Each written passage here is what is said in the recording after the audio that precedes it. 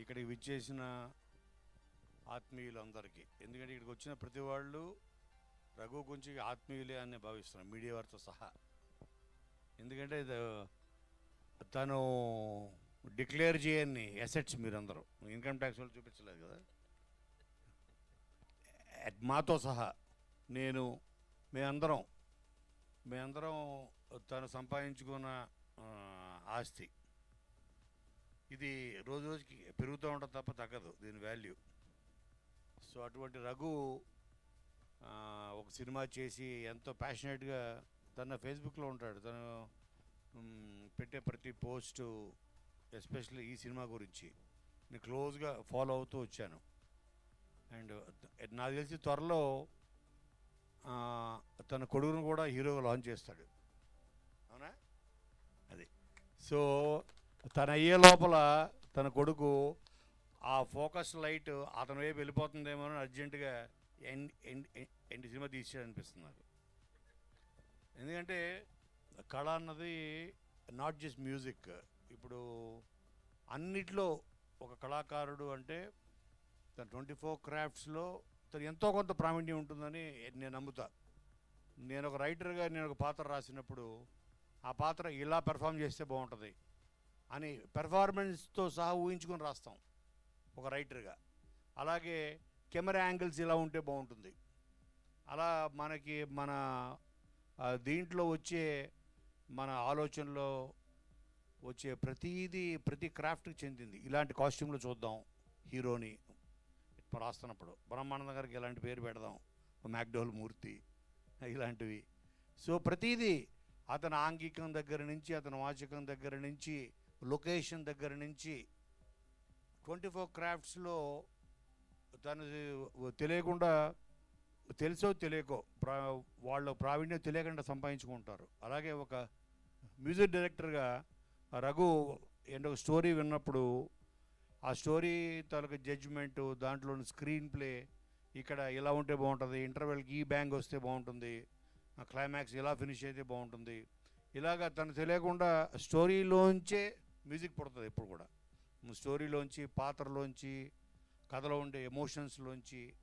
So even a music director అని ఎందుకంటామంటే even he is one of the director. 24 crafts మీద command ప్రతి టెక్నీషియన్కి, ఎస్పెషల్లీ చీఫ్ టెక్నీషియన్స్ ఎవరైతే ఉంటారో, ఒక ఆర్ట్ డైరెక్టర్ అవ్వచ్చు, ఒక రైటర్ అవ్వచ్చు, వీళ్ళందరికీ వాళ్ళకి అన్నిట్లో ఎంతో కొంత ప్రావీణ్యం ఉంటే తప్ప బెస్ట్ ప్రోడక్ట్ డెలివర్ చేయలేరు. అటువంటి బెస్ట్ ప్రోడక్ట్, ఒక మంచి ప్రోడక్ట్ అన్నది ఈ గేదెల రాజు అవుతుందని నేను మనస్ఫూర్తిగా, నేను చూసిన ఈ 2-3 తోటి చాలా మంచి ఫీల్ వచ్చింది రఘు. Very nice. అంటే సినిమా తీయడానికి నన్ను అడుగుతారు ఫస్ట్, సార్ సినిమా తీయడానికి ఫస్ట్ కావాల్సింది బడ్జెట్ కాదు, ఫస్ట్ సినిమా తీయడానికి కావాల్సింది ప్యాషన్, తర్వాత కంటెంట్. ఈ కంటెంటు, ఈ ప్యాషను, ఈ రెండు మిక్స్ చేస్తే దానికి అసలు బడ్జెట్ ఎవడు చూడ బడ్జెట్ అంత రేంజ్. అండ్ ఏ రేంజ్ వెళ్తుందో కూడా, ఆడియన్స్ ఎప్పుడు దేనే కనెక్ట్ అవుతారు అంటే ఎటువంటి స్టార్స్ లేని సినిమాలు కూడా మనం ఈ మధ్యన చూసాం. అసలు బిగ్గెస్ట్ నెంబర్స్. అలాగే పెద్ద పెద్ద స్టార్స్ చేసినవి కూడా సాయంత్రం వచ్చేటప్పటికి అవి థియేటర్లో లేకుండా పోతున్నాయి. అంటే content is bigger than the budgets, content is bigger than the stars అని ప్రతిసారి మన ప్రేక్షకులు వాళ్ళు ప్రూవ్ చేస్తూనే వచ్చారు. వాళ్ళు స్టార్ ఉంటేనే వెళ్తారు మార్నింగ్ షోకి. No, wrong. నీ ట్రైలర్ కనెక్ట్ అయ్యారా, నువ్వు వదిలిన ఒక సాంగ్కి కనెక్ట్ అయ్యారా, నువ్వు వదిలిన నీ కంటెంట్లోంచి ఏదో ఒక్క ఎలిమెంట్ వాడిని హార్ట్ని టచ్ చేస్తుంది, వాడిని థియేటర్ తీసుకెళ్ళి చేస్తుంది. దాంట్లో కొత్త ఫేసెస్, కొత్త హీరోయిన్స్, కొత్త డైరెక్టరు ఏమి చూడరు. వాళ్ళని హార్ట్ టచ్ చేసే కంటెంట్ ఎలిమెంటు అందులో ఉందా, వాళ్ళు 100% థియేటర్ తీసుకొస్తుంది. In spite of the reviews, in spite of IPLs, in spite of any. ఎందుకంటే సినిమా వాళ్ళకి మాకు 100 హడ్డిల్స్ ఉంటాయి. అన్ని హడ్డిల్స్ని దాటుకొని ఒక సినిమా గెలవాలంటే ఆ కంటెంటే దాన్ని నిలబడుతుంది. పైరసీ ఒక పక్కన, ఐపీఎల్ మ్యాచ్లు ఒక పక్కన, దీనికి ఇలాగ 10. సో మా చుట్టూర్త వీటన్నిటినీ దాటగలిగే శక్తి ఇచ్చేది కంటెంట్. అది రీసెంట్గా నేను అనుభవించా కాబట్టి బ్యాండ్ మేడంతో చెప్తున్నాను. సో వీ హ్యావ్ ప్రూవెన్ హిస్టరీలో ఇది ఒక ఎగ్జాంపుల్గా ఉండిపోతుంది.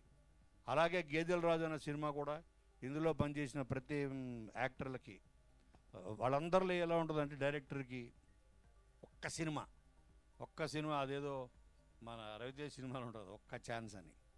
వీళ్ళందరూ ఒక్క ఛాన్స్ కోసం అని ఉంటారు. ఆ ఒక్క ఛాన్స్ చాలు మీకు. ఒక్క chance will make you, one film will make you a star. ఓ సినిమాలో మీరు గుర్తింపు రావడానికి కావాల్సింది ఒక పాత్ర. మీరు చూస్తే చాలామందికి ఆ పాత్రే వాళ్ళకి ఇంటి పేరు అయిపోతుంటుంది. ఆవుతి ప్రసాద్ గారిని అలా చాలామంది కదా, చాలామందికి ఆ పాత్ర గుర్తుండిపోతుంది. అలాగే మీ అందరికీ ఇక్కడ అదే పాత్రలో మీరు స్టేజ్ మీదకి వచ్చారు. సో మీరు మేకప్ తీసినా గుర్తుపట్టాలి. రేపొద్దున మీకు అన్యాయం చేశాడు రఘు, గుర్తుపట్టనివ్వకుండా చేశాడు రఘు. సో మీకు గుర్తుపట్టడమే కాదు, గుర్తింపు కూడా రావాలి మీ అందరికీ.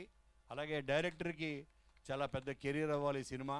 తన కెరియర్లో మంచి నాంది గేదెల రాజు డైరెక్టర్ అనే ఇదొక విజిటింగ్ కార్డ్ అవ్వాలి. దీనికి మించి మా రఘుకి తను రేపొద్దున ఈ సినిమాతోటి 10 సినిమాల్లో తను, ఎందుకంటే నాకు చాలా క్యారెక్టర్స్ కనపడ్డాయి అతను చూస్తుంటే, షేడ్స్. అన్ని సినిమాల్లో తను మ్యూజిక్ డైరెక్టర్గా కన్నా ఆర్టిస్ట్గా తను ఎక్కువ బిజీ అవ్వాలని, ఈ సినిమా పెద్ద సక్సెస్ సాధించి ఇందులో ఉన్న ప్రతి వాళ్ళకి పేరు తీసుకురావాలని. ప్రేక్షకులు కూడా ప్లీజ్ ఎంకరేజ్ గుడ్ కంటెంట్. చిన్న పెద్ద అని చూడద్దు, మంచి సినిమా అని మాత్రమే ఉంటుంది, చిన్న సినిమా పెద్ద సినిమా ఉండదు. ఈ సినిమాని, ఈ కంటెంట్ని మీరు విజయవంతం చేస్తారని మనస్ఫూర్తిగా కోరుకుంటూ thank you sir. Shiva commit చేస్తున్నాడు. డన్. అలాగే నెక్స్ట్ ఆవుల రాజు ఏదో చేద్దాం, ప్లాన్ చేద్దాం. గేదెల రాజు తర్వాత Avula Raju coming soon. Yes, thank you sir, thank you so much. And TV5 Murthy గారిని